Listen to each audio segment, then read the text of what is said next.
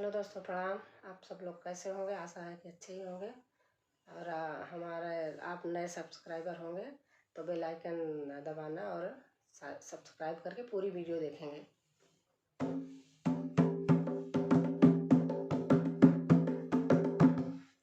सुधी आया सानी मैया की बहुत रोयौना, सुधी आया सानी मैया की बहुत रोयौना। आंगनाली पातराय हुआ सुधी आई, आंगनाली पातराय हुआ सुधी आई। चौका पुरात की बहुत रोयौना, सुधी आया सानी मैया की बहुत रोयौना। चौका पुरात की बहुत रोयौना, सुधी आया सानी मैया की बहुत रोयौना, सुधी आया सानी मैया की बहुत रोयौना।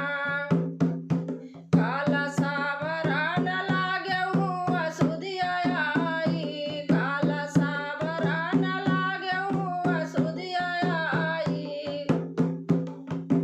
काला साप काली के बहुत रोयौना, सुधी आया सानी मैया की बहुत रोयौना। काला साप काली के बहुत रोयौना, सुधी आया सानी मैया की बहुत रोयौना, सुधी आया सानी मैया की बहुत रोयौना। फूलवालो रान गाय हुआ सुधी आई, फूलवालो रान गाय हुआ सुधी आई। देलरी पकाड़ी के बहुत रोयौना, सुधी आया सानी मैया की बहुत रोयौना।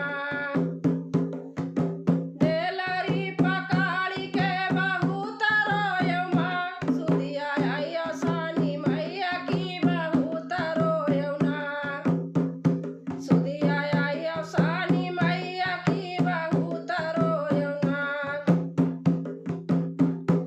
पानिया भरान गाय हुआ सुधी आई, पानिया भरान गाय हुआ सुधी आई।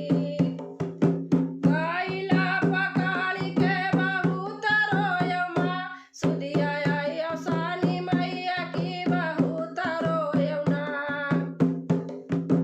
गाइला पकाड़ी के बहुत रोयौना, सुधी आया सानी मैया की बहुत रोयौना, सुधी आया सानी मैया की बहुत रोयौना।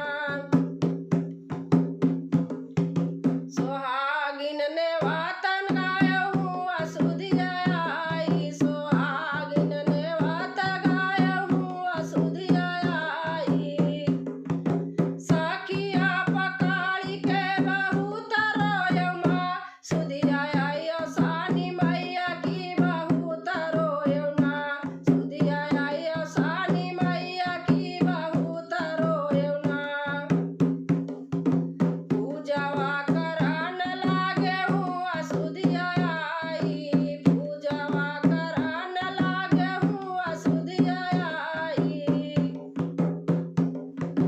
मंदिर पूजवा करान लागे हुआ सुधी आई। गोड़वा पकाड़ी के बहुत रोयौना, सुधी आया सानी मैया की बहुत रोयौना।